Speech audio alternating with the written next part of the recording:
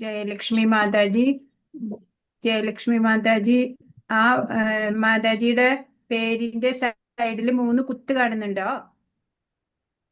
എവിടെ? 3 ഡോട്ട്. ആ ഡോട്ടിൽ ക്ലിക്ക് ചെയ്തിട്ട് പേര് മാറ്റാൻ പറ്റും.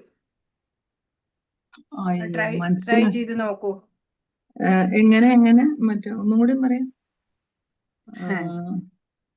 സമയായി, പിന്നെ പറഞ്ഞു. ഓം നമോ ഭഗവതേ വാസുദേവായ.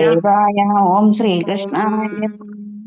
അജ്ഞാനതിമിരാന്ധസ്യ ജ്ഞാനാഞ്ജനശലാകയാ ചക്ഷുരുന്മീലിതം യേന തസ്മൈ ശ്രീ ഗുരവേ നമഃ. ഹേ കൃഷ്ണ കരുണാ സിന്ധോ ദീനബന്ധോ ജഗത്പതേ ഗോപേശ ഗോപികാകാന്ത രാധാകാന്ത നമോസ്തുതേ. തപ്തകാഞ്ചന ഗൗരാംഗീ രാധേ വൃന്ദാവനേശ്വരി വൃഷഭാനുസുതേ ദേവി പ്രണമാമി ഹരിപ്രിയേ. ജയ ശ്രീകൃഷ്ണ ചൈതന്യ പ്രഭു നിത്യാനന്ദ ശ്രീ അദ്വൈത ഗദാധര ശ്രീവാസാദി ഗൗരഭക്തവൃന്ദ.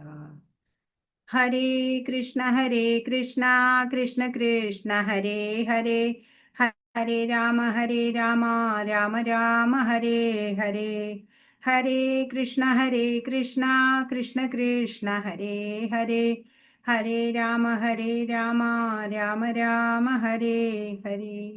ശ്രീ ശ്രീ രാധാ ഗോവിന്ദ് की जय. श्रील प्रभुपाद की जय. गुरु महाराज की जय. हरे कृष्णा ഹരേ കൃഷ്ണ. हरे कृष्णा ഹരേ കൃഷ്ണ. ഹരേ കൃഷ്ണ. ശ്രീ ശ്രീ രാധാ ഗോവിന്ദ് ടെമ്പിൾ ഇസ്കോൺ മാംഗ്ലൂരിൽ നിന്നുള്ള ഭഗവത്ഗീത പഠനം 2ാം ദിവസത്തിലേക്ക് നമ്മൾ വന്നു.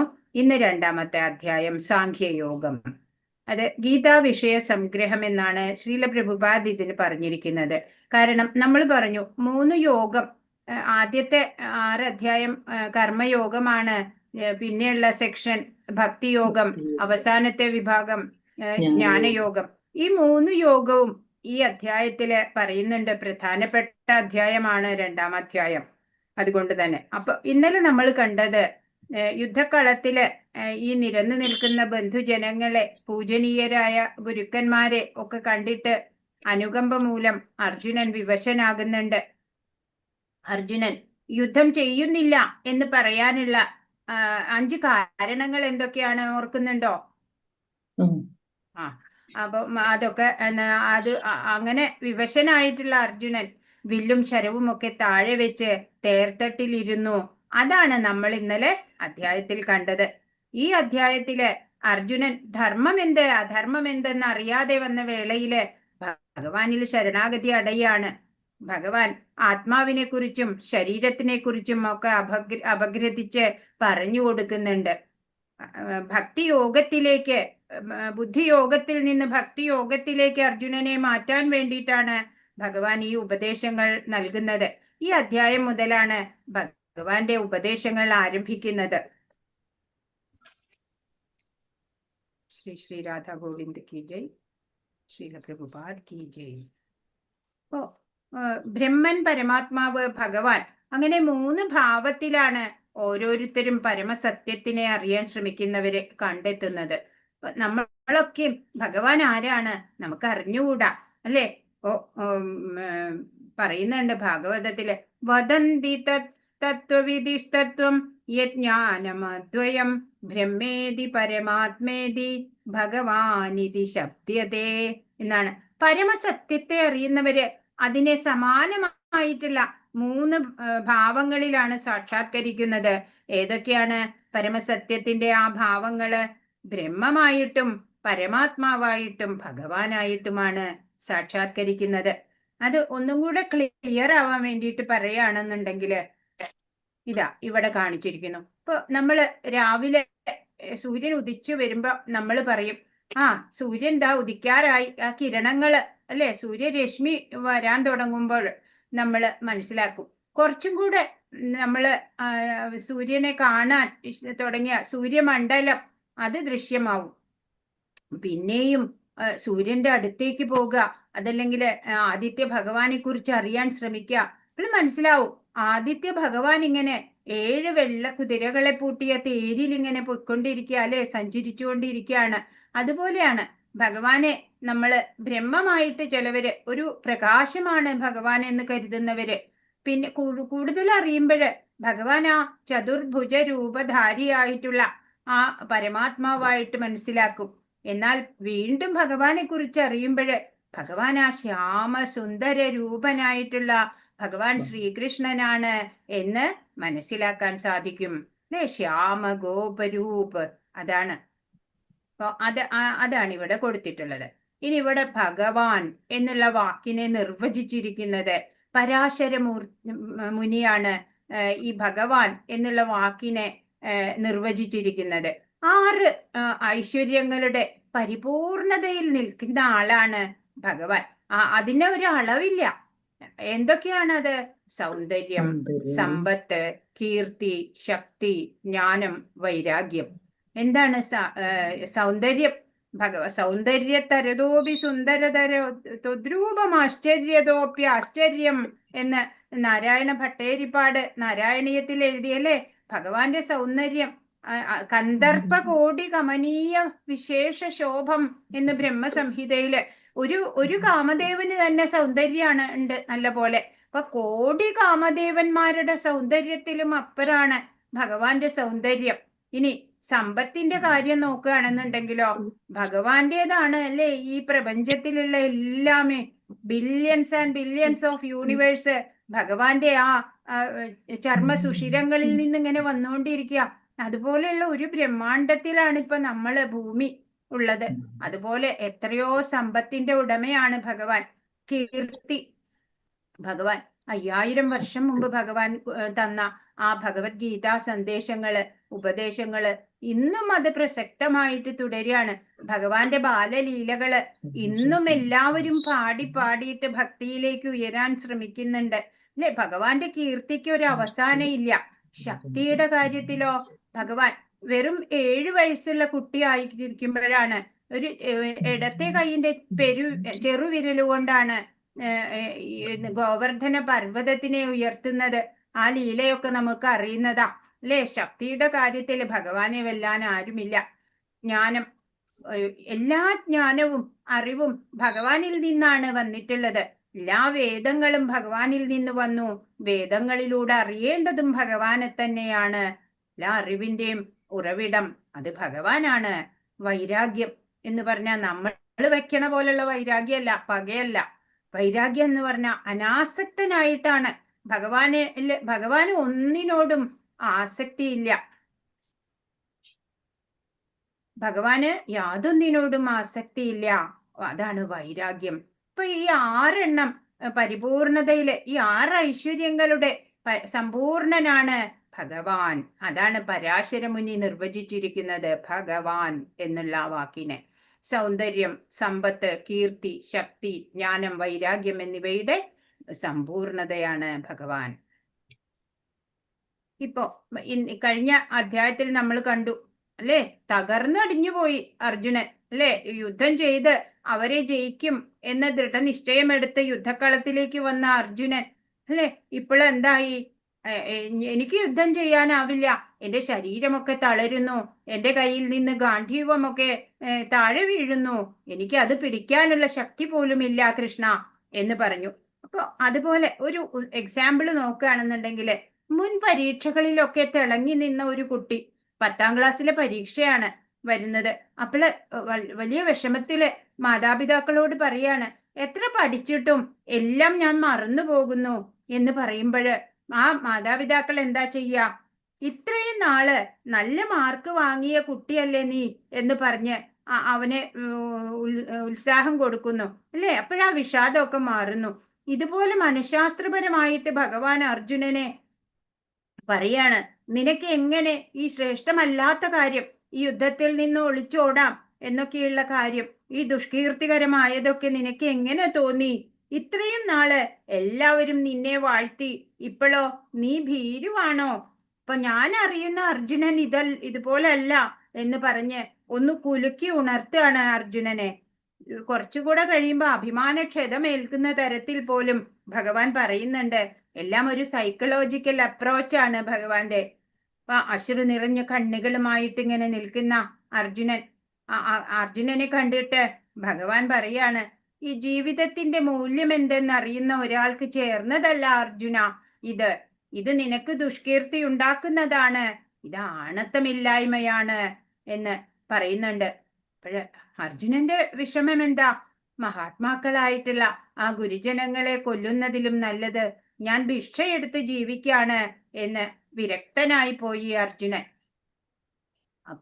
എന്നിട്ട് അർജുനൻ പറയാണ്, 7ാമത്തെ ശ്ലോകം, കാർപ്പണ്യദോഷോപഹത സ്വഭാവ പൃച്ഛാമി ത്വാം ധർമ്മസമ്മൂഢത്തെ ചേതാ യശ്രേയസ്യാ നിശ്ചിതം ബ്രൂഹി തന്മേ ശിഷ്യസ്തേഹം ശാധി മാം ത്വാം പ്രപന്നം. പറയണേ, ദൗർബല്യം കൊണ്ട് ആത്മനിയന്ത്രണം നഷ്ടപ്പെട്ട എനിക്ക് കൃത്യനിർവഹണത്തെ പറ്റി ഒന്നും വ്യക്തമാകുന്നില്ല. ഈ അവസ്ഥയിൽ എനിക്ക് എന്താണ് യോജിച്ചതെന്ന് പറഞ്ഞു തരണം. ഇപ്പൊ ഞാൻ ആകെ മനോനിയന്ത്രണമൊക്കെ നഷ്ടപ്പെട്ട് നിൽക്കുകയാണ് കൃഷ്ണ. അതുകൊണ്ട് എനിക്ക് യോജിച്ച കാര്യം എന്താണ് എന്നൊന്ന് പറഞ്ഞു തരണം. ഞാനിപ്പോൾ അങ്ങയെ ശരണം പ്രാപിച്ച ശിഷ്യനാണ്, ദയവായി ഉപദേശം തന്നാലും. അപ്പോ ഇത്രയും സമയം വെറും ഒരു സുഹൃത്തായിട്ടാണ് അല്ലേ, ഇപ്പോൾ പറയാണ്, ഞാനിതാ അങ്ങയെ ശരണം പ്രാപിക്കുന്നു, എനിക്ക് വേണ്ട ഉപദേശം നൽകിയാലും നിന്ന്. ഇപ്പൊ ഒരു വ്യക്തിക്ക് ജീവിത ലക്ഷ്യം നിറവേറ്റാൻ ഉതകുന്ന വഴി കാട്ടിത്തരാൻ കഴിയുന്ന ഒരു വിശ്വാസ്യനായ ഒരു ആധ്യാത്മിക ഗുരു ആവശ്യമാണ്. ആരും കെടുത്താതെ തന്നെ, ഒരു ഉദാഹരണമായിട്ട് പറയണതാണ് പ്രഭുപാദ്, ആരും കൊളുത്താതെ തന്നെ ആളിക്കത്തുന്ന കാട്ടുതീ പോലെയാണ് ജീവിത പ്രശ്നങ്ങള് നമ്മളുടെയൊക്കെ ജീവിതത്തിൽ വരുന്നത്. നമ്മൾ ആഗ്രഹിക്കാതെ തന്നെയാണ് ഈ ഭ്രാന്തികളൊക്കെ വന്നു ചേരുന്നത് അല്ലേ. അങ്ങനെയുള്ള ഘട്ടത്തില് സംഭ്രാന്തരാവുക. അങ്ങനെയുള്ള സമയത്ത് ശാസ്ത്രസമ്മതമായിട്ടുള്ള ഒരു പരിഹാരം ആരാ കാണിച്ചു തരിക? ഗുരുവാണ് കാണിച്ചു തരിക. ഈ മനുഷ്യ ജന്മം അതൊരു അമൂല്യ സ്വത്താണ്, നമുക്ക് ശ്രേഷ്ഠമായ ജന്മം ആണ്. അപ്പൊ നമുക്ക് കൈവന്ന ഈ അവസരം ഉണ്ടല്ലോ, അത് നമ്മൾ വേണ്ട വിധം ഉപയോഗിക്കണം. ഭഗവാനെ മനസ്സിലാക്കാൻ മനുഷ്യന് മാത്രമേ സാധിക്കുള്ളൂ. അപ്പൊ അർജുനൻ ഇവിടെ ജീവിതത്തിലെ ചുട്ടുനീറുന്ന പ്രശ്നങ്ങൾക്ക് പരിഹാരം കാണാൻ തന്റെ ജ്ഞാനം കൊണ്ടോ കഴിവുകൊണ്ടോ ഒന്നും സാധിക്കില്ല എന്ന് അർജുനൻ ഇവിടെ മനസ്സിലാക്കുകയാണ്. എന്നിട്ട് ഭഗവാനില് ശരണാഗതി ചെയ്യാണ്. ഇപ്പൊ ഭഗവാൻ പറയാണ്, നീ ബുദ്ധിമാനാണ്, എങ്കിലും ആവശ്യമില്ലാത്തവയെ ചൊല്ലി നീയെ ദുഃഖിക്കുകയാണ് ചെയ്യണത്. നീയും ഞാനും ഒക്കെ എക്കാലം ഉണ്ടായിരുന്നു. ഈ കാണുന്ന രാജാക്കന്മാരും ആരും ഇവിടെ ഇല്ലാതാവില്ല എന്നാണ് ഭഗവാൻ പറഞ്ഞു കൊടുക്കുകയാണ്. ഉപദേശങ്ങള് ആരംഭിക്കുകയാണ് ഭഗവാന്റേതായിട്ടുള്ള. അപ്പൊ പറയാണ്, ആത്മാവിനെ കുറിച്ചാണ് ഇനി പറയുന്നത്. 13ാമത്തെ ശ്ലോകം, ദേഹിനോസ്മിൻ യഥാ ദേഹേ കൗമാരം യൗവനം ജര തഥാ ദേഹാന്തര പ്രാപ്തിർധീരസ്തത്ര ന മുഹ്യതി. ശരീരസ്ഥനായ ആത്മാവ് ബാല്യത്തിൽ നിന്ന് യൗവനത്തിലേക്കും പിന്നെ വാർദ്ധക്യത്തിലേക്കും കടക്കുന്നത് പോലെ മരണശേഷം മറ്റൊരു ശരീരത്തിലേക്ക് പ്രവേശിക്കുന്നു. സമചിത്തനായ ഒരാൾക്ക് ഈ പരിണാമത്തെ പറ്റി സംഭ്രമമുണ്ടാവില്ല. അപ്പോ ആത്മാവ് എന്താണ്? ആത്മാവ് ഇപ്പൊ പഞ്ചഭൂതാത്മകമായതാണ് നമ്മുടെ ഈ സ്ഥൂല ശരീരം എന്നുള്ളത്. അതിനകത്ത് അനശ്വരനായിട്ടുള്ള ഒരു ആത്മാവുണ്ട്. ഋഷിമാര് ധ്യാനത്തിലൂടെ കണ്ടെത്തിയ അറിവാണ്. ഉപനിഷത്തുക്കളിൽ വിവരിക്കുന്നുണ്ട്. ശ്വേതാശ്വേതര ഉപനിഷത്തില് ബാലാഗ്രശതഭാഗസ്യ ശതതാ കൽപ്പിതസ്യ ച ഭാഗോ ജീവസ വിജ്ഞേയ സചാനന്ദ്യായ കൽപ്പതേ. ആത്മാവിന്റെ വലിപ്പം എത്രയാണെന്നറിയോ? തലമുടി ഒരു കേശാഗ്രത്തിന്റെ 10,000-ൽ-1 ഭാഗം മാത്രമാണ് ആത്മാവിന്റെ ആ വലിപ്പം. ആത്മാവിനെ കുറിച്ച് തെളിവ് നൽകാനൊന്നും കഴിയില്ല. ഈ സ്നേഹം, വേദന, അതൊക്കെ എത്രയുണ്ട് എന്ന് നമുക്ക് തെളിയിക്കാൻ പറ്റുമോ? നമ്മുടെ ഋഷീശ്വരന്മാര് അവര് കണ്ടെത്തിയ സത്യമാണ് അത്. അവർക്ക് ലാബറട്ടറി ഒന്നും ഇല്ല. അവരുടെ ലാബറട്ടറി എന്ന് പറഞ്ഞാൽ അവരുടെ മനസ്സാണ്.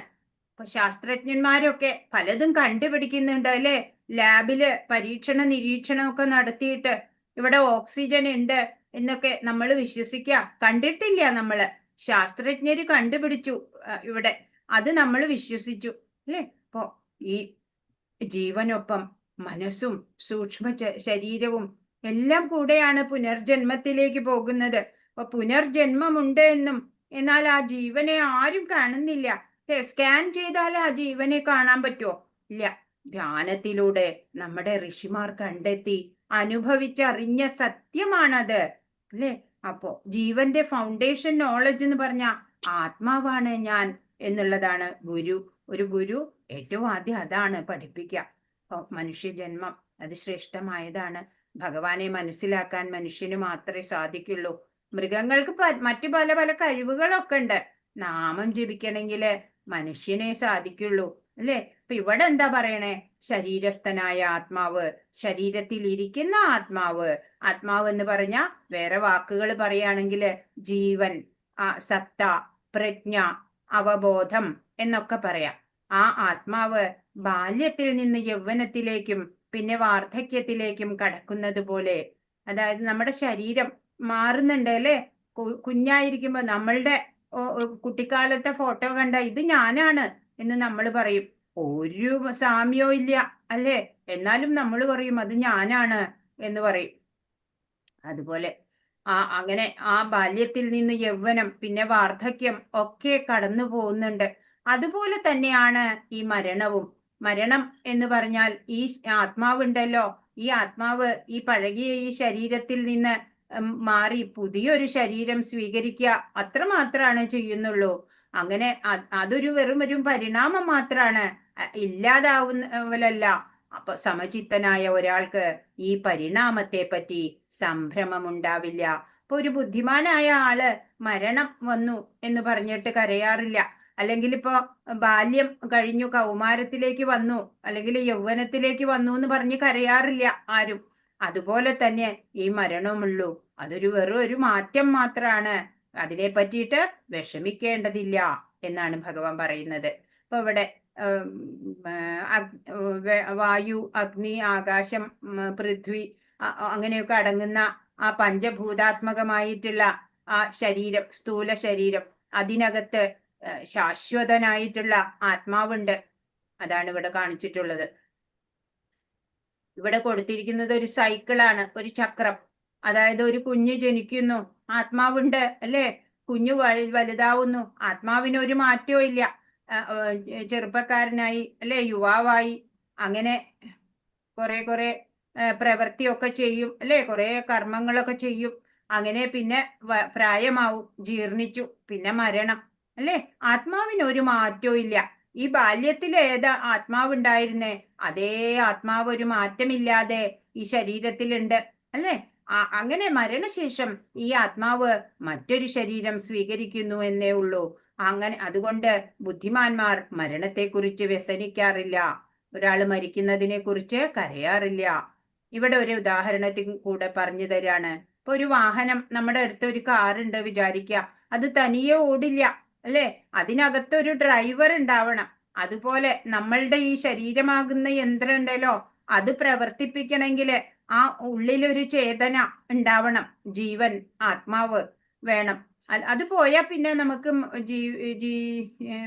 ജഡമായി അല്ലേ, നമ്മുടെ ശരീരം ജഡമായി, ഒന്നും പ്രവർത്തിക്കാൻ സാധിക്കാത്ത അവസ്ഥയായി. അതിന്റെ ഉദാഹരണമാണ് ഇവിടെ കാണിച്ചിരിക്കുന്നത്. ഇത് വീണ്ടും നമ്മള് ഇപ്പോ ഈ പ്രപഞ്ചത്തിലെ 84 ലക്ഷം തരം ജീവാത്മാക്കളുണ്ട് എന്നാണ്. വെള്ളത്തിലും അഗ്നിയില് പോലും, മണ്ണിനടിയില് അല്ലെ, മരങ്ങളായിട്ട്, ചെടികൊടികളായിട്ട്, പക്ഷികളായിട്ട് അല്ലെ, 2 കാലുള്ളത്, 4 കാലുള്ളത്, അങ്ങനെ എത്രയോ കാലുകളുള്ളത്, അങ്ങനെ വൈവിധ്യമാർന്ന പല പല യോനികളില് 84 ലക്ഷം തരം ജീവാത്മാക്കളുണ്ട് എന്നാണ്. അതിലൂടെയൊക്കെ പലവട്ടം ജനിച്ചു മരിച്ചിട്ടായിരിക്കാം നമ്മളൊക്കെ ഇപ്പൊ ഈ മനുഷ്യ ശരീരത്തിൽ ഇരിക്കുന്നത്, നമുക്കറിയില്ല അല്ലേ. അപ്പൊ ആത്മാവ് ഒന്ന് തന്നെയാണ്. എല്ലാത്തിൻ്റെയും അകത്ത്, ഒരു നെയ്യുറുമ്പിന്റെ അകത്തും ഒരു വലിയ ആനയുടെ ഉള്ളിലും എല്ലാത്തിൻ്റെ ഉള്ളിലും ഉള്ളത് ആ ഒരേ പോലത്തെ ആത്മാവ് തന്നെയാണ്, ഭഗവാന്റെ അംശമാണ് ആത്മാവ്. ഇവിടെ നോക്കൂ, കാണിച്ചിരിക്കുന്ന ഒരു ഉദാഹരണം. ഒരു മാതാജി ഉണ്ട്. ആ മാതാജി എങ്ങനെയാണ്? ആ മാതാജി ഇവിടെ ഒരു കൂട്ടില് ഒരു തത്ത ഉണ്ട്. അപ്പൊ കൂടൊക്കെ നല്ല പെയിന്റിംഗ് ഒക്കെ, ഗോൾഡൻ പെയിന്റ് ഒക്കെ ചെയ്ത് നല്ല വൃത്തിയാക്കി വെച്ചു. അതിന്റെ അകത്തുള്ള തത്തയുടെ കാര്യം ഒന്നും ശ്രദ്ധിച്ചില്ല. തത്ത ചത്തുപോയി അല്ലെ? ഇവിടെയോ കൂടൊക്കെ കുറച്ച് പഴയതാ, പക്ഷെ അതിനകത്തെ തത്ത അല്ലെ, അത് വളരെ സ്മാർട്ടായിട്ട് ഇരിക്കുന്നുണ്ട്. അതുപോലെ നമ്മളുടെ ഈ പഞ്ചഭൂതാത്മകമായ ശരീരത്തിനെ പുഷ്ടിപ്പെടുത്താനല്ല നമ്മൾ ശ്രമിക്കേണ്ടത്. അതിനകത്തുള്ള അന്തര്യാമിയായിട്ടുള്ള ഭഗവാൻ ഉണ്ട് അല്ലെ, ജീവാത്മാവുണ്ട്, ആ ചേതന, അതിനാണ് പരിപോഷണം നമ്മൾ കൊടുക്കേണ്ടത്. അതെങ്ങനെയാ ലഭിക്കുക? ആത്മാവിന് എങ്ങനെയാ പോഷണം ലഭിക്കുക? നാമജപം, ഭഗവത് സ്മരണം അല്ലെ, അതിലൂടെയാണ് ആത്മാവിന് പോഷണം ലഭിക്കുന്നത്. അതാണ് നമ്മൾ ചെയ്യേണ്ടത്. അല്ലാതെ കുറെ ശരീരത്തിന് ഇത് ബ്യൂട്ടി പാർലറിൽ കൊണ്ടുപോയിട്ട് ഒന്നും കാര്യമില്ല. അതാണ് ഇവിടെ ഉദാഹരണം. പിന്നെ ഇവിടെ വേറൊരു ഉദാഹരണം പറയുന്നത് ആണെങ്കിൽ, ഇപ്പൊ നമ്മള് വീട്ടിലൊരു കുട്ടി ഉണ്ടായ ആ കുട്ടി കുറച്ച് നടക്കാറൊക്കെ ആയ നമ്മള് ഒരു 3 ചക്രമുള്ള സൈക്കിള് വാങ്ങി കൊടുത്തു അല്ലേ? പിന്നെ സ്കൂളിലൊക്കെ പോകുമ്പോ അവൻ പറയും എനിക്ക് വേറെ വേണം, അപ്പൊ 2 ചക്രമുള്ള സൈക്കിൾ വാങ്ങി കൊടുക്കും. പിന്നെ കോളേജിലൊക്കെ ആവുമ്പോഴോ സ്കൂട്ടർ വേണമെന്നായി. പിന്നെ ജോലിയൊക്കെ കിട്ടുമ്പോ പിന്നെ കാറ് വാങ്ങും അല്ലേ? അങ്ങനെ എല്ലാം ഡ്രൈവർ ഒന്ന് തന്നെയാ, പല വാഹനങ്ങൾ പലതായിട്ട് മാറിയിട്ടുണ്ട് എന്ന് മാത്രം.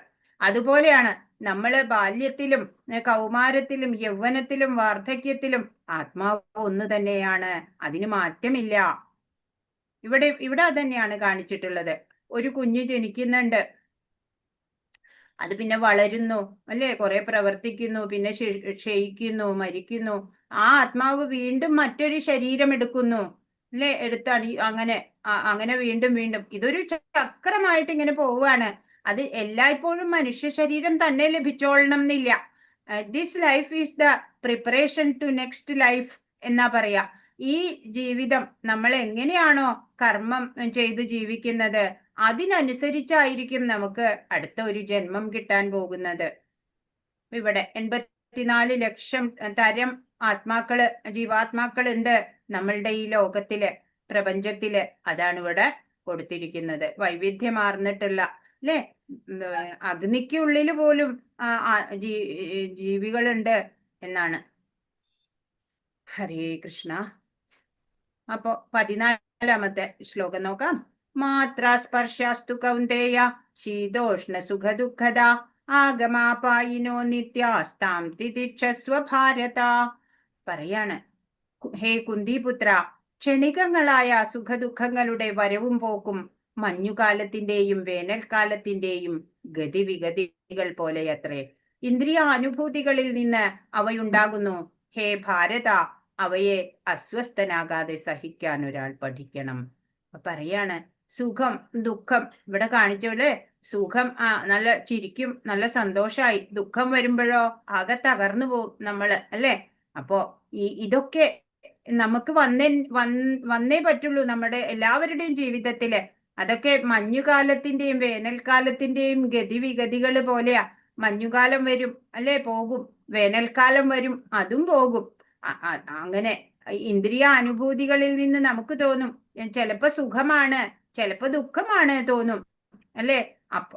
എന്താണെങ്കിലും അവയൊക്കെ അസ്വസ്ഥനാകാതെ സഹിക്കാൻ ഒരാൾ പഠിക്കണം എന്നാണ്. ഇപ്പൊ ക്ഷണിക സുഖങ്ങള് അതൊക്കെ സഹിക്കാൻ പഠിക്കണം. മഞ്ഞുകാലത്തും വേനൽക്കാലത്തും നമ്മൾ നമ്മുടെ കർത്തവ്യങ്ങളൊക്കെ ചെയ്യുക തന്നെ വേണം അല്ലെ? ഇപ്പൊ വൈദിക വിധി അനുസരിച്ച് മഞ്ഞുകാലത്തും പ്രാതസ്നാനം വേണം. തണുക്കണു പറഞ്ഞിട്ട് സ്നാനം ചെയ്യാതിരിക്കില്ല.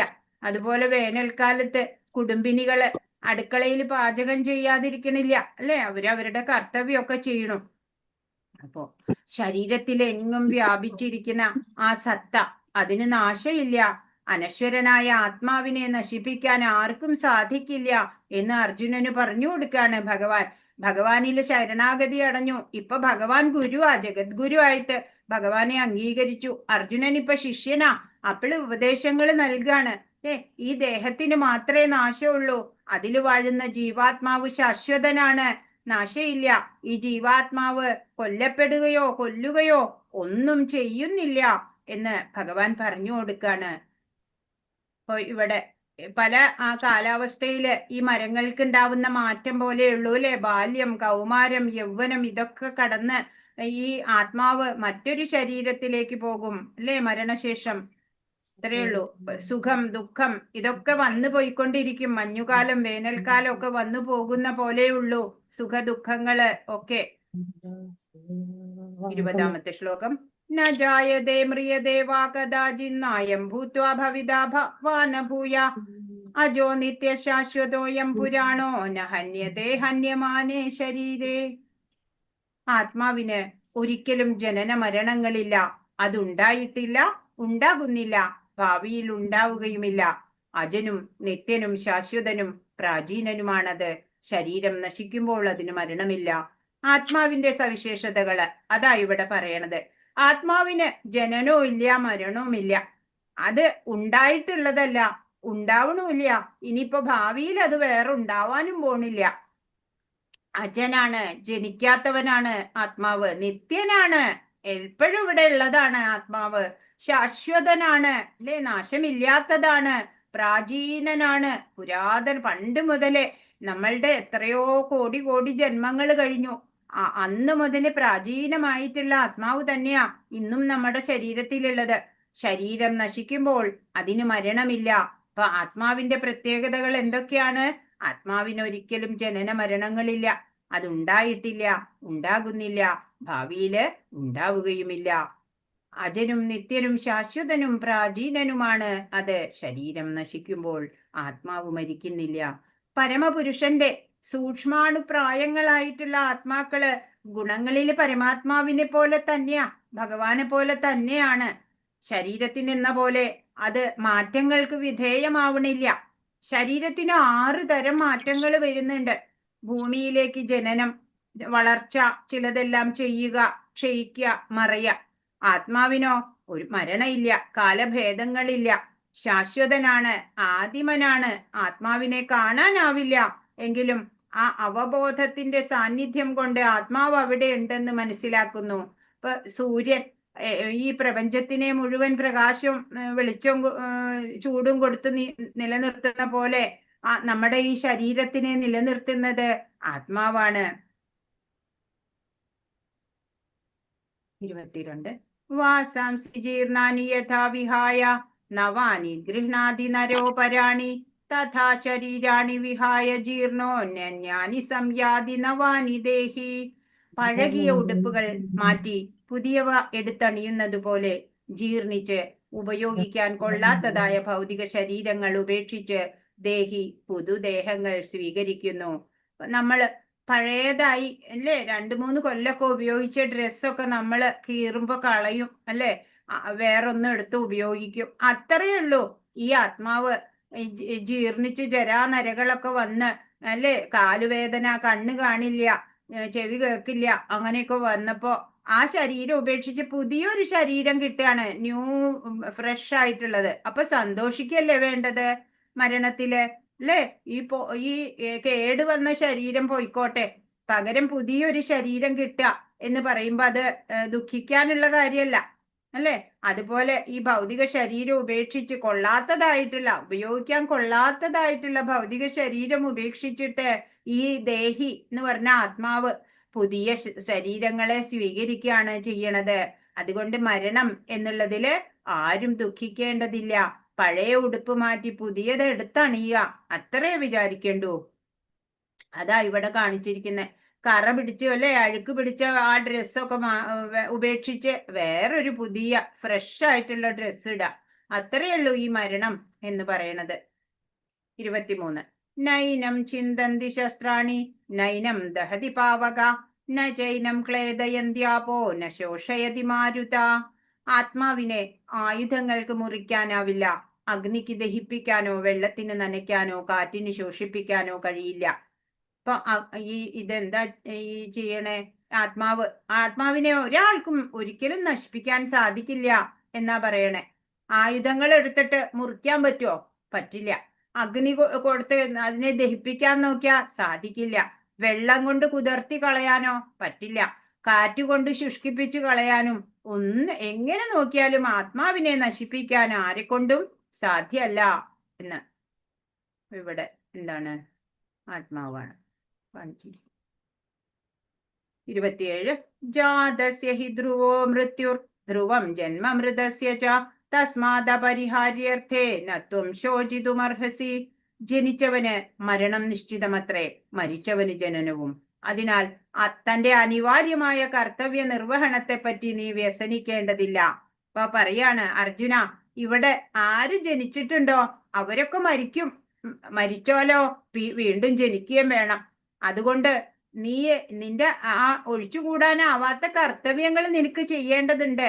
ആ കർത്തവ്യം ഒരു ക്ഷത്രിയന് ധാർമ്മികമായിട്ടുള്ള യുദ്ധം ചെയ്യുക, അത് ക്ഷത്രിയ ധർമ്മമാണ്. ആ കർത്തവ്യ നിർവഹണം നീ ചെയ്യുക. അതിന്റെ ഫലം എന്താണെന്ന് ഓർത്ത് നീ വ്യസനിക്കേണ്ട കാര്യമില്ല എന്ന് അർജുനന് ഭഗവാൻ പറഞ്ഞു കൊടുക്കാണ്. ജീവിതത്തില് താൻ ചെയ്ത കർമ്മം അനുസരിച്ചിട്ടാണ് ഒരാൾക്ക് ജന്മം എടുക്കേണ്ടി വരുന്നത്. ആ കർമ്മങ്ങളുടെ കാലാവധി കഴിയുമ്പോൾ അടുത്ത ജന്മം എടുക്കാനായിട്ട് വീണ്ടും ജനിക്കുകയും വേണം. അത്രയേ ഉള്ളൂ. ഓരോരുത്തരും അങ്ങനെയാ.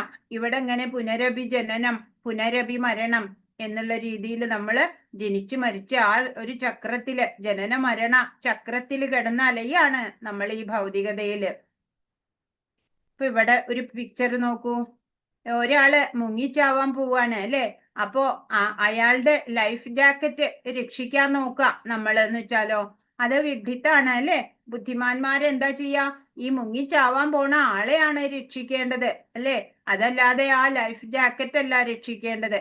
അതുപോലെ നമ്മുടെ ഈ നശ്വരമായിട്ടുള്ള ശരീരത്തിനെ രക്ഷിക്കല്ല വേണ്ടത്, അതിനകത്തുള്ള ആ ശാശ്വതനായ ആത്മാവിനെയാണ് നമ്മൾ രക്ഷിക്കാൻ ശ്രമിക്കേണ്ടത്. 30ാമത്തെ ശ്ലോകം. ദേഹി നിത്യമവധ്യോയം ദേഹേ സർവസ്യ ഭാരത തസ്മാൽ സർവാണി ഭൂതാനി നത്വം ശോചിതുമർഹസി. ഹേ ഭാരത, ദേഹി എന്ന് പറഞ്ഞാല് ദേഹത്തിന്റെ ഉള്ളിൽ വസിക്കണ ആ സത്ത, ആത്മാവ്, ജീവൻ, അതൊക്കെ തന്നെ ചേതന. അപ്പൊ ആ ദേഹി അനശ്വരനാണ്. അതിനെ കൊല്ലുവാൻ ആർക്കും സാധ്യമല്ല. അതുകൊണ്ട് ഏതൊരു ജീവനെ കുറിച്ചും നീ വ്യസനിക്കേണ്ടതില്ല. അർജുനനോട് പറഞ്ഞു കൊടുക്ക, ഭാരത എന്നാ വിളിക്കണേ. ഈ ശരീരത്തിന്റെ അകത്തുള്ള ഈ ദേഹി ഉണ്ടല്ലോ, ഈ ആത്മാവ്, അത് അനശ്വരനാണ് അർജുന. അതിനെ കൊല്ലാൻ ആർക്കും സാധ്യമല്ല.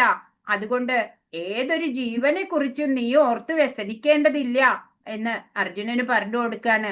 ഇപ്പൊ ഈ ശരീരത്തിന് മാത്രമേ നാശം സംഭവിക്കുന്നുള്ളൂ, ആത്മാവിന് ഒരു നാശവും ഒരു കാലത്തും സംഭവിക്കുന്നില്ല എന്ന് പറയാണ്. ആത്മാവിനെ കാണിച്ചു. ഓരോ പ്രവൃത്തി, ഇപ്പൊ അർജുനൻ യുദ്ധം ചെയ്യണം അല്ലെ, അർജുനന്റെ പ്രവൃത്തി പാപമാവോ എന്ന അർജുനന് ഭയം. അപ്പൊ ഒരു പ്രവൃത്തി എങ്ങനെയാണ് പാപവും പുണ്യവും ആകുന്നത്? ബാഹ്യ പ്രവൃത്തിയല്ല, മനോഭാവമാണ് പാപപുണ്യങ്ങൾക്ക് കാരണമാവുന്നത്. ഉദാഹരണമായിട്ട് ഒരു ഡോക്ടർ കത്തി ഉപയോഗിക്കുന്നുണ്ട്, അത് ഒരു രോഗിയുടെ ജീവൻ രക്ഷിക്കാനാണ് അല്ലെ, സർജറി ചെയ്തിട്ട്.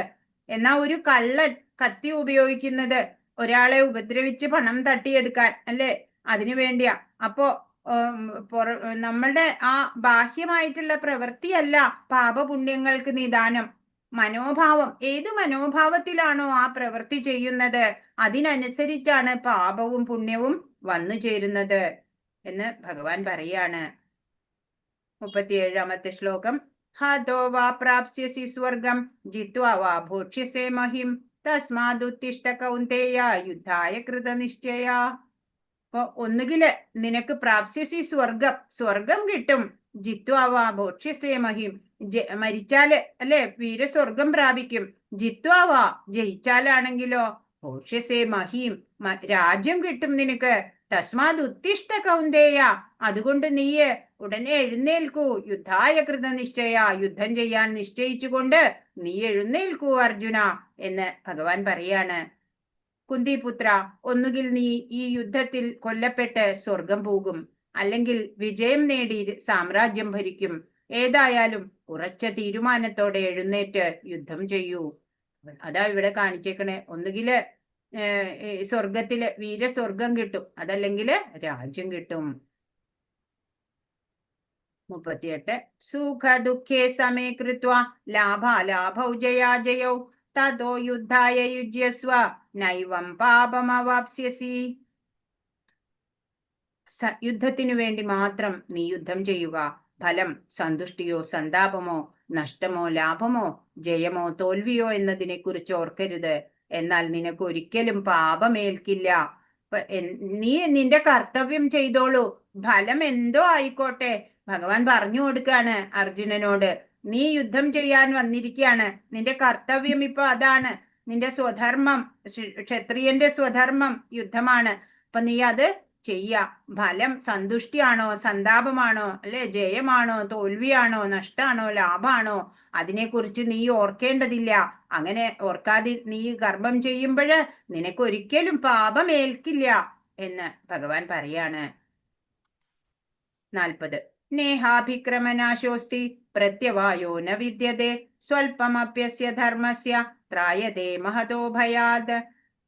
പറയാണ്, നീ നഷ്ടമോ ലാഭമോ ഒന്നുമില്ല, ചെറിയൊരു മുന്നേറ്റം, അതായത് ഈ നമ്മുടെ കർത്തവ്യം ശരിയായിട്ട് നിർവഹിക്കുക. അങ്ങനെ ചെയ്യുന്നവർക്ക് മഹാഭയങ്ങളിൽ നിന്ന് പോലും രക്ഷ കിട്ടും എന്നാണ്.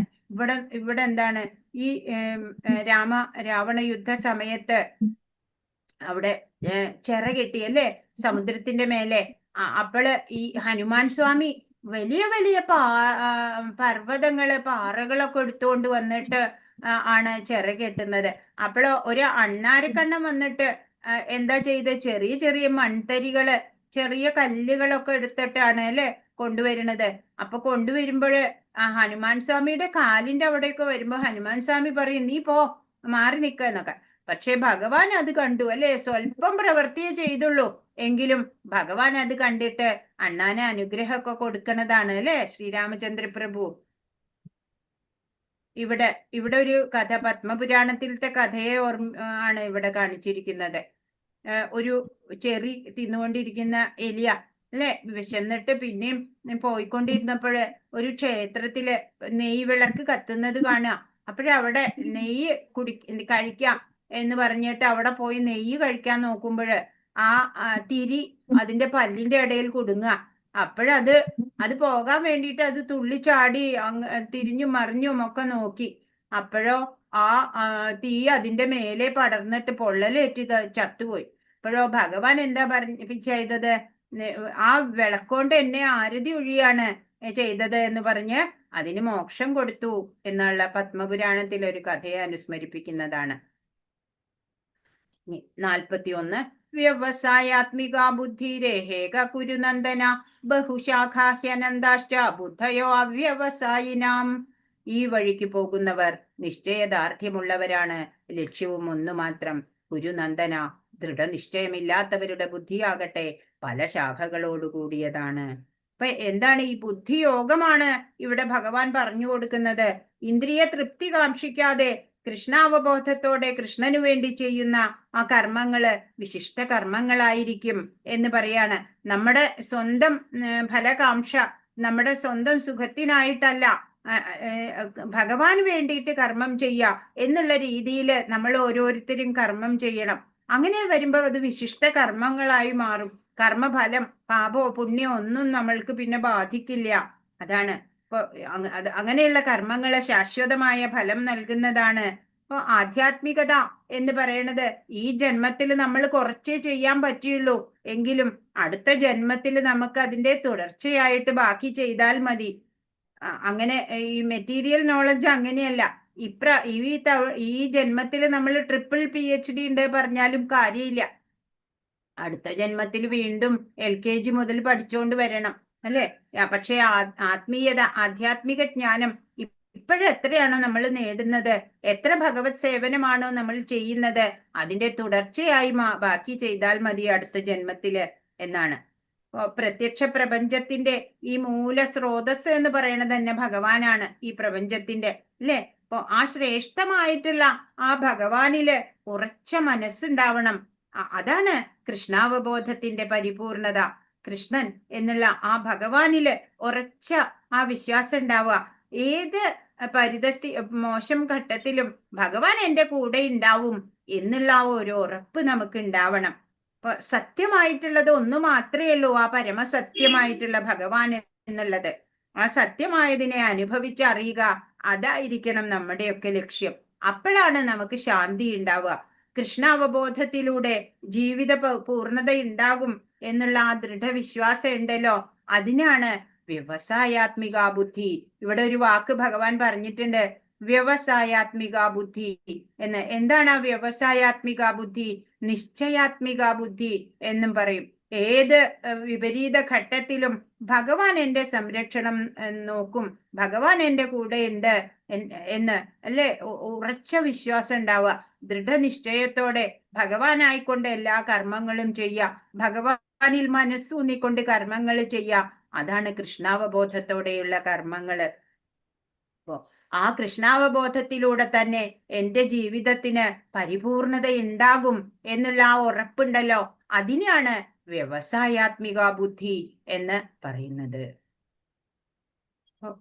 എന്താ അല്ലേ ഏകാഗ്രതയോട് കൂടിയിട്ട് അർജുനൻ താഴെയുള്ള ജലത്തിലെ പ്രതിബിംബം നോക്കിയിട്ടാണ് മുകളിലെ പക്ഷിയെ അമ്പെയ്യുന്നത് അല്ലേ.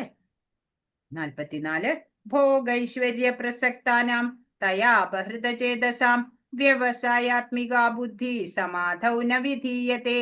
ഭൗതിക ഐശ്വര്യത്തിലും സുഖാനുഭവങ്ങളിലും അത്യാസക്തരായവർക്കും ഇവകളാൽ പരിഭ്രാന്തരായവർക്കും ഭക്തിപൂർവം ഭഗവത് സേവനം നടത്താൻ വേണ്ടുന്ന നിശ്ചയദാർഢ്യമുണ്ടാവില്ല. അപ്പൊ എന്താണ് ഈ ഭൗതികതയില് മുഴുകിയിരിക്കുക അല്ലെ, നല്ലതൊക്കെ കാണുക, എത്ര കണ്ടാലും തൃപ്തിയായില്ല, എത്ര സുഖങ്ങൾ അനുഭവിച്ചാലും തൃപ്തിയാവാതിരിക്കുക. അങ്ങനെ ഓരോരോ സുഖാനുഭവങ്ങളില് ആസക്തിയുള്ളവരായിട്ട്, അധിക ആസക്തിയുള്ളവരായിട്ട്, അത് കിട്ടിയില്ല എന്ന് വെച്ചാല് പരിഭ്രാന്തരായിട്ടുള്ളവർക്ക്, അങ്ങനെയുള്ളവർക്ക് ഭക്തിപൂർവം ഭഗവത് സേവനം നടത്താൻ വേണ്ട നിശ്ചയദാർഢ്യം ഉണ്ടാവില്ല. അപ്പൊ ഭഗവാനിൽ മനസ്സൂന്നിക്കൊണ്ട് എല്ലാ കർമ്മങ്ങളും ചെയ്യാൻ നമുക്ക് സാധിക്കണമെങ്കിൽ നമ്മൾ എന്ത് ചെയ്യണം? ഈ ഭൗതികമായിട്ടുള്ളതിലൊന്നും നമ്മൾ ഈ മായയാണെന്നറിഞ്ഞ് അതിനെയൊക്കെ ഒഴിവാക്കണം. അതിൽ അത്യാസക്തരാവരുത് അല്ലെ. പല പല സുഖങ്ങളുണ്ട് അല്ലെ, TV, സീരിയല്, സിനിമ, അതിലൊക്കെ ഒരുപാട് ആസക്തിയുള്ളവർക്ക് ഭഗവാനെ ഓർക്കാൻ സമയം കിട്ടണില്ല അല്ലെ. ഭക്തിപൂർവം ഭഗവത് സേവനം ചെയ്യാൻ വേണ്ട സമയമില്ല, നിശ്ചയദാർഢ്യമില്ല. അവര് പറയും അതല്ലേ ഭഗവാന്റെ കാര്യങ്ങളൊക്കെ നാളെ ചെയ്യാം, ഇന്നിപ്പൊ ഞാൻ സിനിമയ്ക്ക് പോട്ടെ എന്ന് പറയും അല്ലെ. അങ്ങനെയുള്ളവർക്ക് പുരോഗതി ഉണ്ടാവില്ല, ആധ്യാത്മികമായിട്ടുള്ള ഉയർച്ച അവർക്ക് ഉണ്ടാവില്ല അല്ലെ. ഭൗതികത അതൊരു വളരെ ഒരു മായയാണ്. അതിന്റെ നിരർത്ഥകത നമുക്ക് മനസ്സിലാക്കാൻ സാധിക്കണം. ഇപ്പോ നമ്മൾക്ക് സുഖം തരാൻ ഇവിടെ ഈ പ്രപഞ്ചത്തിലുള്ള യാതൊന്നിനെ കൊണ്ടും സാധിക്കില്ല. കാരണം എന്താ? അതെല്ലാം നശിക്കുന്നതാ. നശിക്കുന്നതിന് എങ്ങനെയാ നമ്മൾക്ക് ഒരു ശാശ്വത സുഖം തരാൻ സാധിക്കുക? പക്ഷേ ശാശ്വതനായിട്ടുള്ള, അജനായിട്ടുള്ള, നിത്യനായിട്ടുള്ള ഭഗവാനുണ്ട്. ആ ഭഗവാനെ ആശ്രയിച്ചാൽ മാത്രമേ നമുക്ക് പരമമായിട്ടുള്ള സുഖമുണ്ടാവുള്ളൂ, പരമാനന്ദം അനുഭവിക്കാൻ സാധിക്കുള്ളൂ. അതാണ് ഭഗവാൻ ഇവിടെ പറഞ്ഞു തരുന്നത്. ഈ ഭൗതിക ഐശ്വര്യത്തിലും സുഖാനുഭവങ്ങളിലും അത്യാസക്തരായവർക്കും ഇവകളാലെ പരിഭ്രാന്തരായവർക്കും ഭക്തിപൂർവം ഭഗവത് സേവനം നടത്താൻ വേണ്ട നിശ്ചയദാർഢ്യം ഉണ്ടാവില്ല. അപ്പൊ ഭൗതിക സുഖങ്ങളിൽ ആസക്തിയുള്ളവർക്ക്, ഈ ക്ഷണികങ്ങളായ സുഖദുഃഖങ്ങള് വരുമ്പോ പരിഭ്രാന്തരായി പോണവർക്ക് ഒന്നും ഭക്തി ചെയ്യാൻ സാധിക്കില്ല. ഈശ്വരോപാസന നമ്മൾ എന്തിനാ ചെയ്യണേ? ഭൗതിക സുഖങ്ങൾ കിട്ടാൻ വേണ്ടിയിട്ടല്ല, നമ്മളെ ഈശ്വരോന്മുഖമാക്കണം. അതിനു വേണ്ടിയാണ് നമ്മള് ഭഗവത് സാധനകള്, ഉപാസനകളൊക്കെ ചെയ്യണത്. അക്ഷരം പഠിക്കുക, അതല്ല പരമലക്ഷ്യം. അക്ഷരം പഠിച്ചിട്ട് വാക്കുകള്, വാചകങ്ങളൊക്കെ അറിഞ്ഞ് ജ്ഞാന സമ്പാദനം നടത്തുക, അതാ ലക്ഷ്യം. അതുപോലെ നമ്മളും അങ്ങനെയാ. ക്ഷേത്രത്തിൽ പോയത് കൊണ്ട് മാത്രമായില്ല അല്ലെ, തപശ്ചര്യയോടെ ജീവിക്കണം, സാധനകൾ അനുഷ്ഠിക്കണം അല്ലെ. അങ്ങനെ നമ്മള് ആത്മീയതയിലെ പുരോഗതി നേടണം അല്ലെ. അപ്പോ ജയാപജയങ്ങള് അതൊന്നും നോക്കാതെ നമ്മൾ സ്വന്തം കർത്തവ്യം ചെയ്യാ അല്ലെ. ആത്മസാക്ഷാത്കാരമാണ് എൻ്റെ ലക്ഷ്യം എന്നറിഞ്ഞ് എനിക്ക് എന്തിനാണ് ഈ മനുഷ്യ ജന്മം ലഭിച്ചിരിക്കണത്? ഭഗവാനെ അറിയാനാണ് അല്ലേ? അങ്ങനെ സുഖദുഃഖങ്ങള്, വിജയപരാജയങ്ങള്, അങ്ങനെയൊക്കെയുള്ള ദ്വന്ദ്ങ്ങളിൽ നിന്നൊക്കെ വിമുക്തനാവുക, മനസ്സ് പ്രക്ഷുബ്ധനാവാതെ അങ്ങനെയുള്ള ആ ഒരു വ്യക്തി സ്ഥിതപ്രജ്ഞനാണ് എന്ന് ഭഗവാൻ ഇവിടെ പറഞ്ഞു തരികയാണ്. ഇന്ദ്രിയം നിയന്ത്രണാതീതമായിട്ടുള്ള സാധനാണ് അല്ലെ? ഇന്ദ്രിയങ്ങളെ നിയന്ത്രിക്കുക എന്ന് പറഞ്ഞാൽ വളരെ പ്രയാസമുള്ള കാര്യമാണ്. പക്ഷെ നമ്മള് അതിനെ കൺട്രോൾ ചെയ്തേ മതിയാവൂ. അതാ ഇവിടെ പറയണേ. 62ാമത്തെ ശ്ലോകം.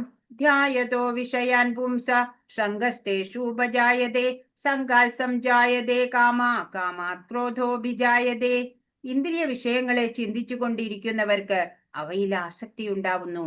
ആസക്തിയിൽ നിന്ന് കാമവും അതിൽ നിന്ന് ക്രോധവും ഉളവാകുന്നു. ഈ ഓരോ ഇന്ദ്രിയ വിഷയങ്ങളെ കുറിച്ച് ഇങ്ങനെ ചിന്തിച്ചിരിക്കുകയാണെന്നുണ്ടെങ്കിൽ അതിൽ ആസക്തി കൂടുകയാണ് ചെയ്യണത്. അങ്ങനെ ആസക്തി അത് പിന്നെ നടന്നില്ല എന്ന് വെച്ചാൽ അത് കാമമായിട്ട് മാറും. ആസക്തി, ആ കാമം അത് സാധിച്ചില്ല വെച്ചാലോ ക്രോധമായിട്ട് മാറും. അതാ ഇവിടെ പറയണത്. ഇപ്പൊ ഇന്ദ്രിയ വിഷയങ്ങള് അല്ല ആസക്തി ഉണ്ടാവുമ്പോൾ കാമം ജനിക്കുകയാണ്. അതിനോടൊരു കാമം ഉണ്ടാവും. അത് നടന്നില്ല വെച്ചാലോ ക്രോധം ഉണ്ടാവും അല്ലേ? ഭൗതിക ആസക്തിയെ കാണിച്ചിരിക്കുകയാണ് ഇവിടെ. അതിന്റെ കണ്ടിന്യൂവേഷൻ ആയിട്ടുള്ള ശ്ലോകാണ് 63. ക്രോധാത് ഭവതി സമ്മോഹ സ്മൃതി വിഭ്രമ സ്മൃതിഭ്രംശാത് ബുദ്ധിനാശോ ബുദ്ധിനാശാത് പ്രണശ്യതി. ഇപ്പൊ ആസക്തി കാമമാവുന്നു, കാമം പിന്നെ ക്രോധമാവുന്നു. ഇനിയോ ക്രോധത്തിൽ നിന്ന് സമ്മോഹം, അതിൽ നിന്ന് ഓർമ്മപ്പിഴയും, ഓർമ്മപ്പിഴയിൽ നിന്ന് ബുദ്ധിനാശവും ഉണ്ടാവുന്നു. ബുദ്ധിനാശത്താൽ വീണ്ടും ഭൗതികതയുടെ കയത്തിലേക്ക് വീണ് സർവനാശമുണ്ടാവുക അല്ലേ? ഇപ്പൊ ക്രോധം, കാമം, ആഗ്രഹം നടന്നില്ലെങ്കിൽ ക്രോധം ഉണ്ടായി. ക്രോധത്തിൽ നിന്ന് പിന്നെ സമ്മോഹം ഉണ്ടാവും. എന്താണ് സമ്മോഹം എന്ന് പറഞ്ഞാല്? കാര്യ വിവേകമില്ലാണ്ടാവും അല്ലേ? സമ്മോഹം എന്ന് പറഞ്ഞാൽ എന്താണ് ചെയ്യേണ്ടത്, എന്താണ് ചെയ്യരുതാത്തത് എന്നൊന്നും അറിയാത്ത അവസ്ഥയാവും അല്ലേ? ക്രോധിതനാവുന്ന ഒരാൾക്ക് എന്താ ഉണ്ടാവുക?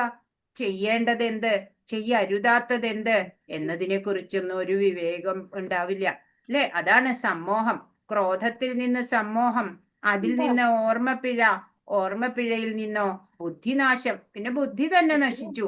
ബുദ്ധിനാശത്താലോ വീണ്ടും വീണ്ടും ഭൗതികതയുടെ കയത്തിലേക്ക് വീണ് സർവനാശം പ്രാപിക്കുകയാണ് ചെയ്യുക. അപ്പൊ ആദ്യം തന്നെ എന്താ? ആസക്തി, ഇന്ദ്രിയങ്ങളെ നിയന്ത്രിക്കാൻ സാധിക്കണം അല്ലെ? ഇന്ദ്രിയങ്ങളില് ഓരോ വിഷയങ്ങളോടുള്ള ആസക്തിയില്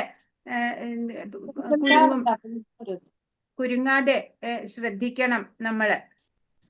അതാണ് ഇവിടെ ഭഗവാൻ പറഞ്ഞു കൊടുക്കുന്നത്. ഹരേ കൃഷ്ണ. ഇവിടെ നോക്കൂ, ഒരാള് ക്രോധിതനാവണ വേളയില് ഒരാള് സമ്മോഹം ഉണ്ടാവണു അല്ലെ? എന്താ ചെയ്യണ്ടേ, എന്താ ചെയ്യരുതാത്തെ ഒന്നും അറിയണില്ല. കാരണം എന്താ? ഈ മനസ്സുണ്ടല്ലോ, ഈ മനസ്സൊരു കുക്കർ പോലെ അല്ലെ? എല്ലാം പ്രഷറാക്കി വെച്ചിക്ക. ഇന്നിപ്പോ എല്ലാവർക്കും അങ്ങനെയാ, ഭയങ്കര ടെൻഷനാ എല്ലാവർക്കും അല്ലേ? ആരും ഇങ്ങനെ നമ്മുടെ മനസ്സൊക്കെ ഇങ്ങനെ പ്രഷർ കുക്കർ പോലെയൊന്നും ആക്കി വെക്കരുത്. ഏതൊരു പ്രശ്നത്തിനും കാരണം എന്താ? ഭൗതിക ആസക്തിയാണ്. അത് പിന്നെ കാമമായിട്ടും ക്രോധമായിട്ടും മാറും. വ്യക്തികൾ കുറ്റകൃത്യങ്ങളിലേക്കൊക്കെ പോകുന്നത് ഇങ്ങനെ ഇതുകൊണ്ടാ. എപ്പോഴാണോ ഒരു വ്യക്തി പഞ്ചേന്ദ്രിയങ്ങളാല് ലഭ്യമാവുന്ന ഈ സുഖങ്ങളുണ്ടല്ലോ അതിനെയൊക്കെ ത്യജിക്കാൻ തയ്യാറാവണത് ഏതുപോലെന്നാണ്? ഉദാഹരണമെങ്കില് ആമ സ്വന്തം അവയവങ്ങള് വേണ്ട സമയത്ത് ഉള്ളിലേക്ക് വലിക്കുന്നത് പോലെ അങ്ങനെ വേണം നമ്മളും ഈ നമ്മുടെ ഇന്ദ്രിയങ്ങൾ ഓരോ വിഷയങ്ങളിലേക്ക് ആസക്തമാവുമ്പോൾ അതിനെയൊക്കെ കൺട്രോൾ ചെയ്യാൻ നമുക്ക് സാധിക്കണം. അങ്ങനെ ഉള്ള വ്യക്തിയാണ് യോഗാവസ്ഥയിലുള്ള വ്യക്തി എന്ന് പറയാ.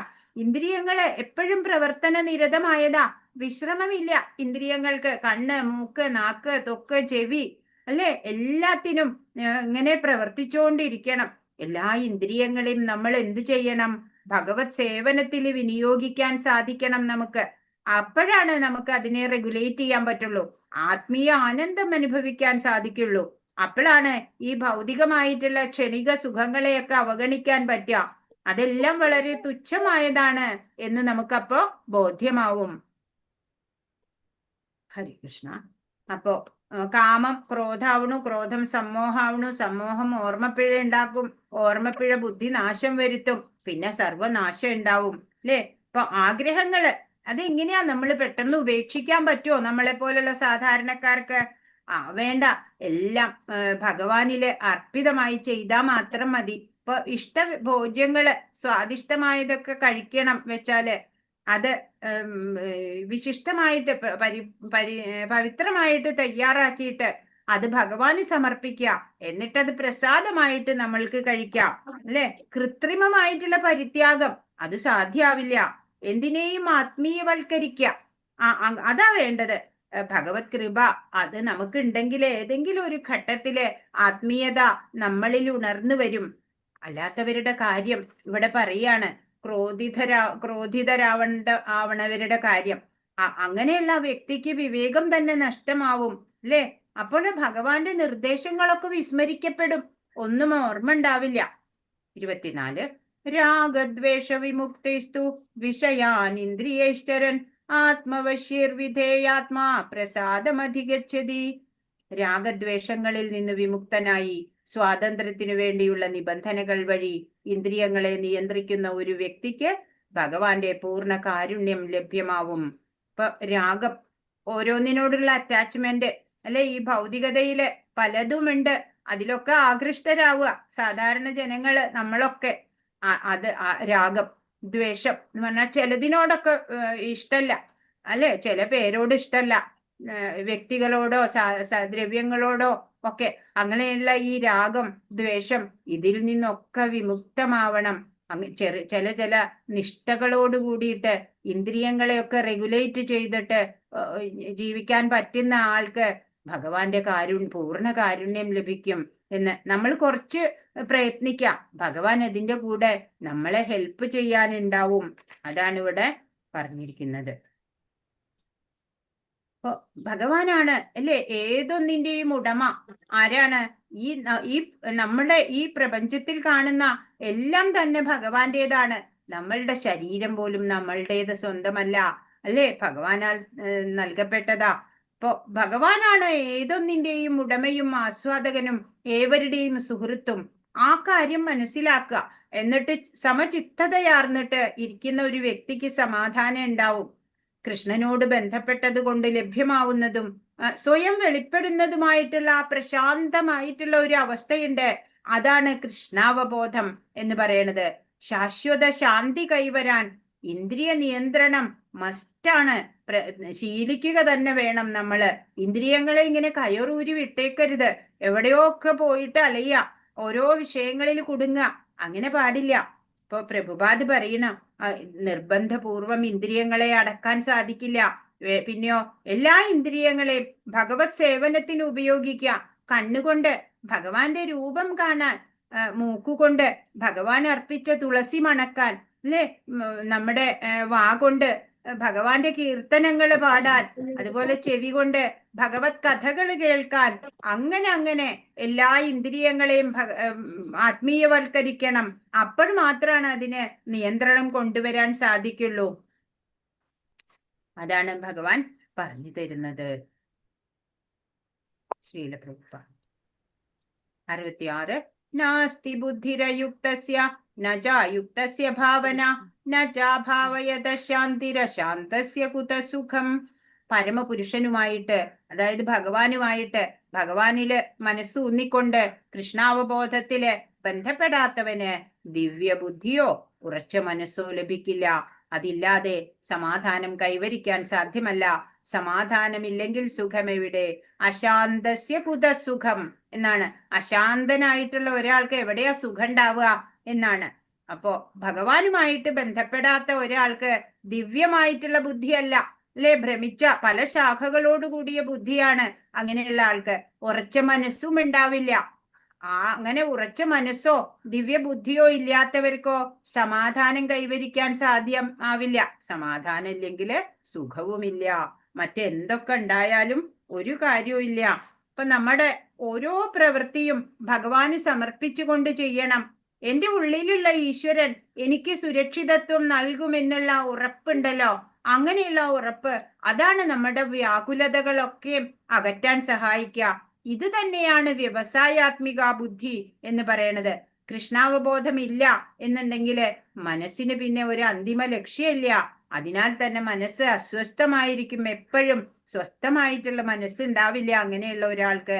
ഭഗവാനില് ഉറച്ച മനസ്സുണ്ടാവണം. അങ്ങനെയുള്ള ഒരാൾക്കാണ് പ്രശാന്ത അവസ്ഥ കൈവരിക്കാൻ സാധിക്കുള്ളൂ. അതാ ഇവിടെ പറഞ്ഞത്. ഹരേ കൃഷ്ണ. ഭഗവാന്റെ ആ ശ്യാമ സുന്ദര രൂപം എപ്പോഴും മനസ്സിലുണ്ടാവട്ടെ എല്ലാവരുടെയും. 68. തസ്മാദ്യസ്യ മഹാബാഹോ നിഗൃഹീതാനി സർവശ ഇന്ദ്രിയാണീന്ദ്രിയാർത്ഥേഭ്യസ്തസ്യ പ്രജ്ഞാ പ്രതിഷ്ഠിത.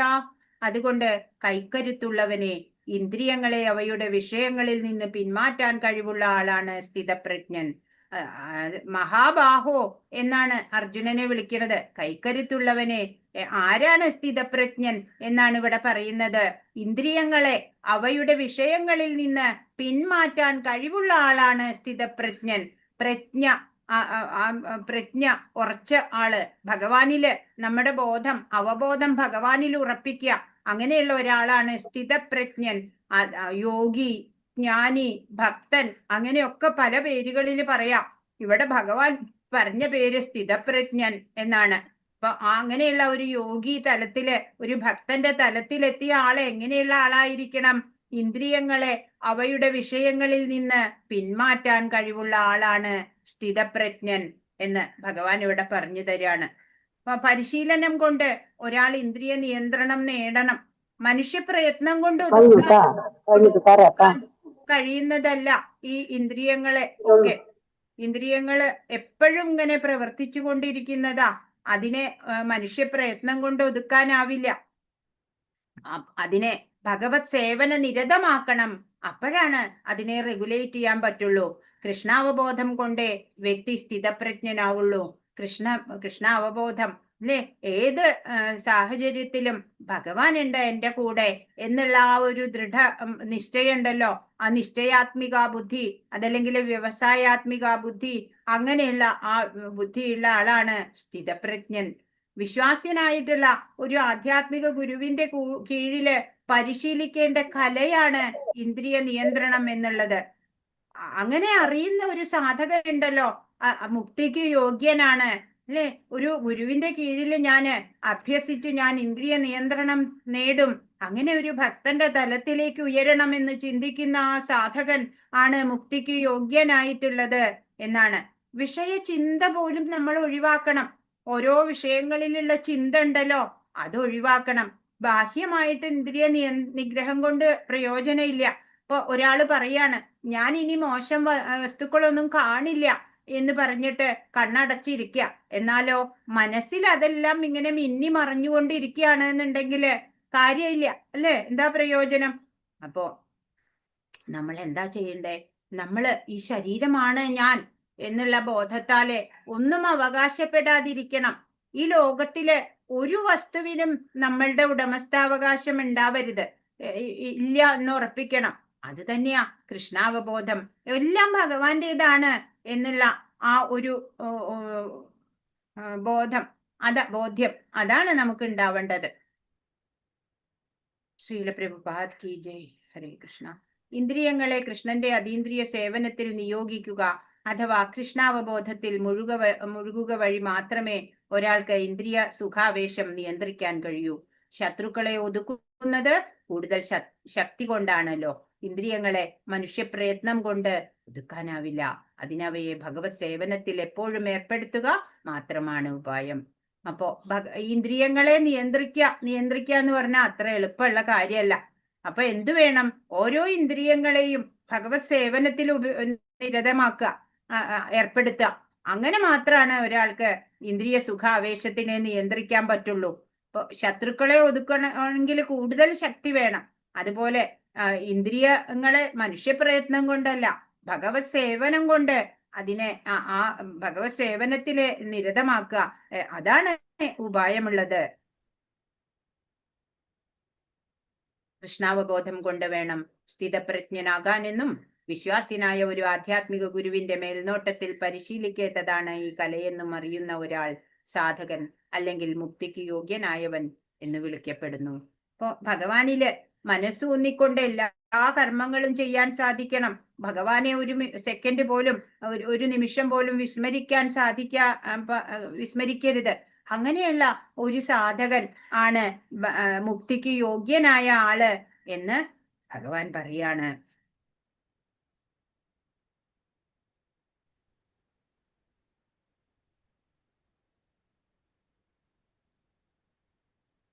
അപ്പോ ഒരു കഥ പറയാം. ഇന്ദ്രിയങ്ങളെ നിയന്ത്രിക്കുക എന്ന് പറഞ്ഞു അല്ലെ.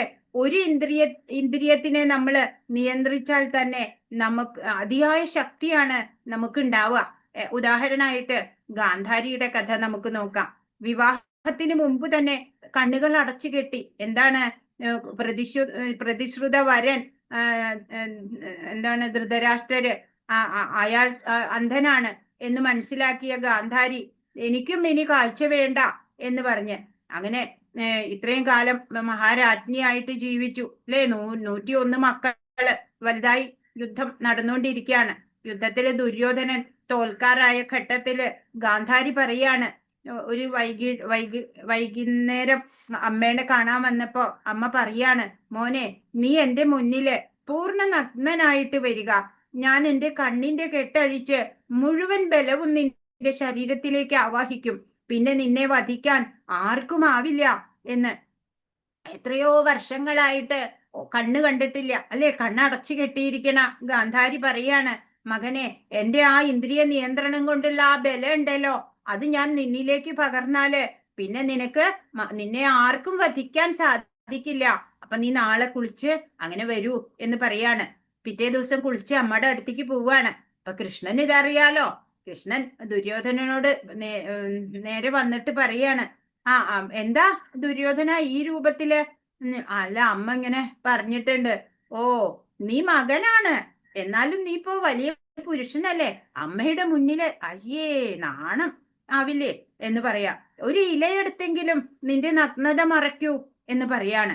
ഓ അപ്പോ ദുര്യോധനന് തോന്നി പറഞ്ഞത് ശരിയാ. അപ്പൊ ഒരു ഇലയെടുത്തിട്ട് മറിച്ചു.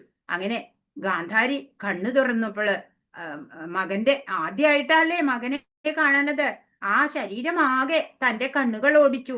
ദുര്യോധന, നീ ഇല വെച്ച് മറച്ച ആ ഭാഗം ഉണ്ടല്ലോ, അത് ദുർബലമായേക്കാം, ബാക്കി ഭാഗമെല്ലാം വജ്രം പോലെ ബലപ്പെട്ടു എന്ന് ആ അമ്മ പറയാണ്. അപ്പോ ഭീമൻ ഈ ദുര്യോധനന്റെ തുടഭാഗം തകർത്തിട്ടാ ദുര്യോധനനെ വധിക്കുന്നത് അല്ലെ. അപ്പൊ ഓരോ ഇന്ദ്രിയം നിയന്ത്രിച്ചാൽ തന്നെ വളരെ ബലമാണ് നമുക്ക് കിട്ടുക. ആത്മബലം എന്നാണ് അതിന് പറയുക. അപ്പോ 2-ാം അധ്യായം ഭഗവത്ഗീതയുടെ മുഴുവൻ സാരസംഗ്രഹമാണ്. എന്നാല് ഇത് കഴിയുമ്പോഴ് ഭഗവത്ഗീത അവസാനിച്ചില്ല. അർജുനൻ സംശയങ്ങൾ ചോദിച്ചുകൊണ്ടേയിരിക്കുന്നു. ഭഗവാൻ അതിന് മറുപടി നൽകിക്കൊണ്ടേയിരിക്കുന്നു. നാളെ 3-ാം അധ്യായം കർമ്മയോഗം. ആത്മാരാമ ജീവിതമാണോ ശ്രേഷ്ഠം? പിന്നെ എന്തിനു ഞാൻ യുദ്ധം ചെയ്യുന്നു? ഇതെല്ലാം അടുത്ത അധ്യായത്തിലാണ്. ഹരേ കൃഷ്ണ കൃഷ്ണ കൃഷ്ണ ഹരേ ഹരേ, ഹരേ രാമ രാമ രാമ ഹരേ ഹരേ. വാഞ്ചാകൽപതരുഭ്യശ്ച കൃപാ സിന്ധുഭ്യേവ ച പതിതാനാം പാവനേഭ്യോ വൈഷ്ണവേഭ്യോ നമോ നമഃ. അനന്തകോടി വൈഷ്ണവ വൃന്ദ കി ജയ്. ശ്രീല പ്രഭുപാദ് കി ജയ്. ഗുരു മഹാരാജ് കി ജയ്. ഹരേ കൃഷ്ണ. ഇന്ന് പറഞ്ഞതിൽ എന്തെങ്കിലും സംശയം ഉണ്ടെങ്കിൽ ചോദിക്കൂ.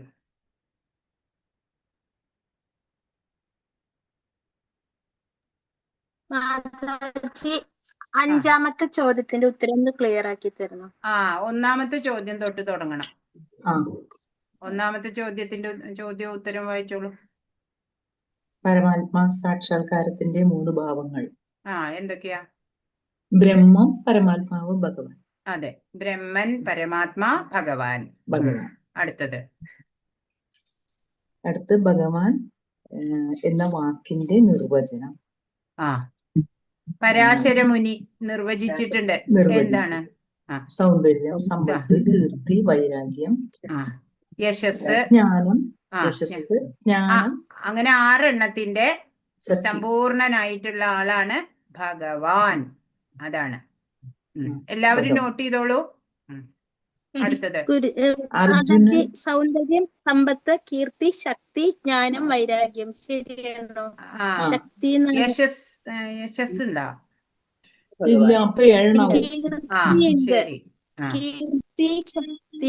കീർത്തി തന്നെയാണ് യശസ്. ഓക്കെ. ആ ഐശ്വര്യം പിന്നെ വേണ്ട. അടുത്തത് ശക്തിയാണോ? എന്താ അടുത്ത കീർത്തി കഴിഞ്ഞുള്ളത് ശക്തിയാണോ? ആ അതിപ്പോ ജ്ഞാനം, ഓരോന്ന് ശക്തി. കഴിഞ്ഞിട്ട് വേണമെന്നില്ല, 6 പറഞ്ഞാ അത് മതി. 6 ഉണ്ടായാൽ മതി. അടുത്തത് ആ.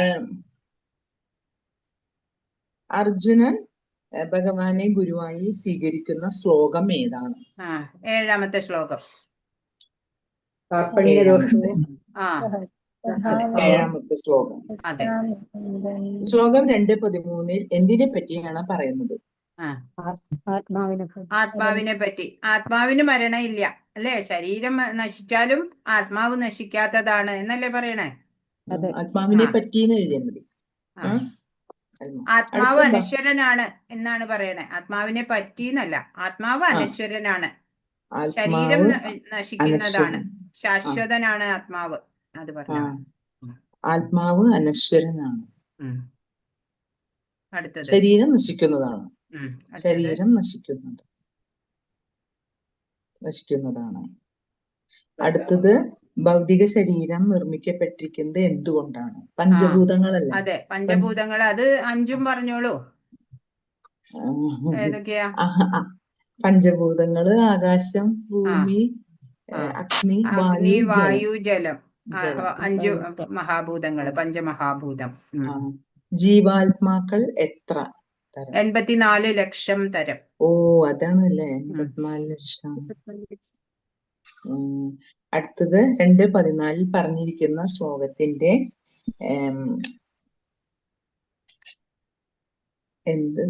യുദ്ധം ചെയ്യാതിരിക്കാൻ വേണ്ടി എന്ത് കാരണമാണ്? ഭൗതിക സുഖം, ദുഃഖം, ഇതൊക്കെ തിതിക്ഷയോടെ തിതിക്ഷസ്വ ഭാരത എന്നല്ലേ പറഞ്ഞിരിക്കണേ?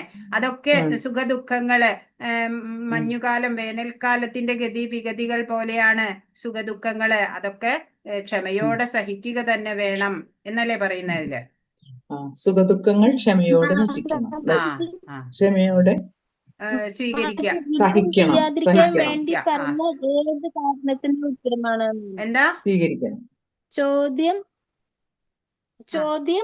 2:14 പറഞ്ഞ ശ്ലോകത്തിൽ അർജുനൻ യുദ്ധം ചെയ്യാതിരിക്കാൻ വേണ്ടി പറഞ്ഞ ഏത് കാരണത്തിനുള്ള ഉത്തരമാണ് ഭഗവാൻ പറയുന്നത്? അത് ഭൗതിക സുഖാനുഭവങ്ങൾ. അത് കഴിഞ്ഞ ചോദ്യമായിരുന്നു അതിന്റെ ഉത്തരം. ഇപ്പൊ പറഞ്ഞത് നെക്സ്റ്റ് ചോദ്യത്തിന്റെ ഉത്തരം.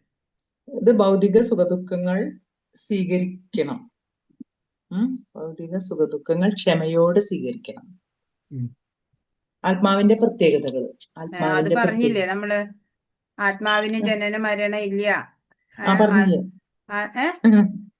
ജനന മരണ. അത് ക്ലാസ്സിൽ ആരാ എഴുതിയത്? ശരിക്കും പറയൂ. എഴുതിയ ആള് എഴുതിയില്ല. വേറെ പേര് എഴുതിണ്ടാവും.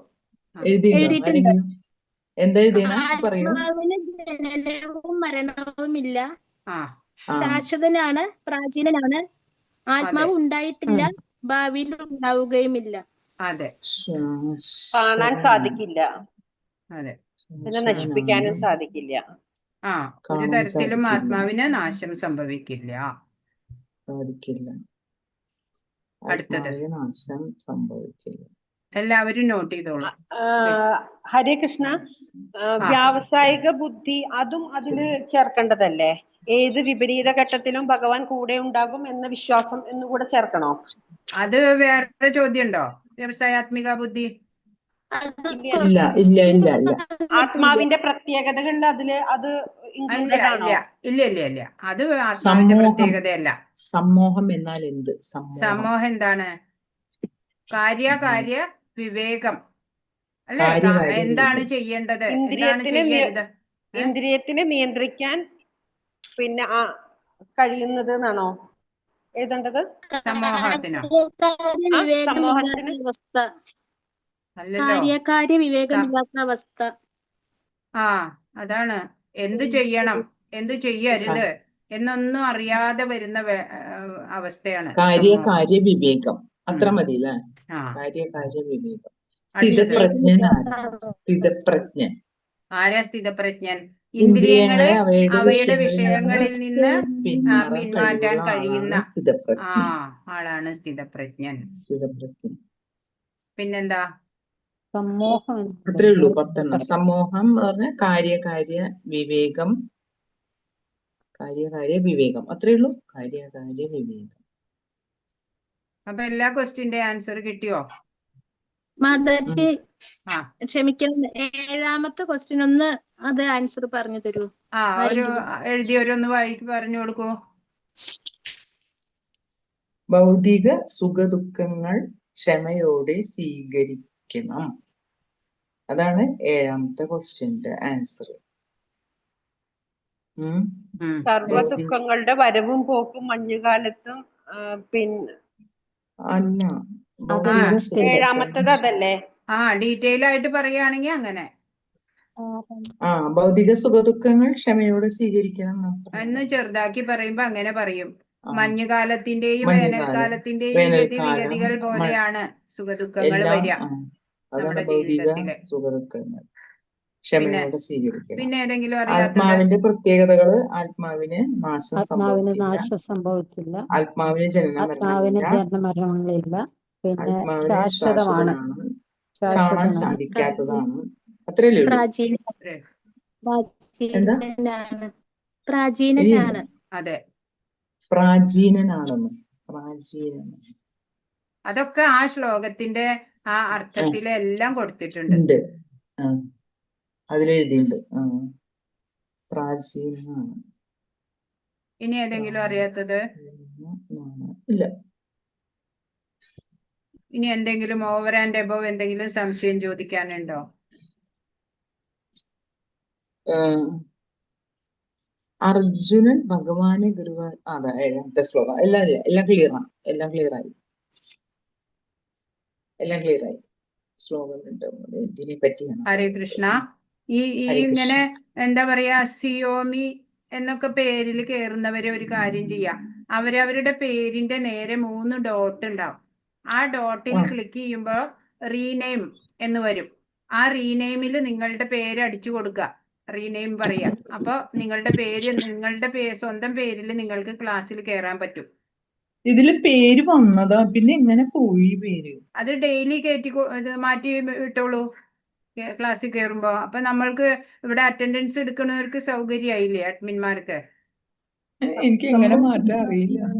അല്ലെങ്കിൽ സൂം എന്ന് പറഞ്ഞ് കേറുന്ന സമയത്ത് ജോയിൻ കാണിക്കുമ്പോൾ നമ്മളെ നെയിം ചോദിക്കുന്നുണ്ട്. അവിടെ നെയിം കൊടുക്കണോ? ആ നെയിം കൊടുക്കാം. നെയിം നമ്മൾ ഈ കൊടുക്കണം. നമ്പർ അടിച്ചു കൊടുക്കുമ്പോ നെയിമും കൊടുക്കണം അല്ലെ? ആ നെയിം കൊടുത്ത് അതല്ല, സൂം എന്ന് പറഞ്ഞ് നമ്മൾ കേറൂല്ലോ ഓപ്ഷനിലേക്ക്. കേറും. ഓപ്ഷനിൽ കേറുന്ന സമയത്ത് സൂമിന്റെ ഇതിലേക്ക് ചെന്ന് കഴിഞ്ഞു കഴിഞ്ഞാല് അവിടെ ഒരു കോളം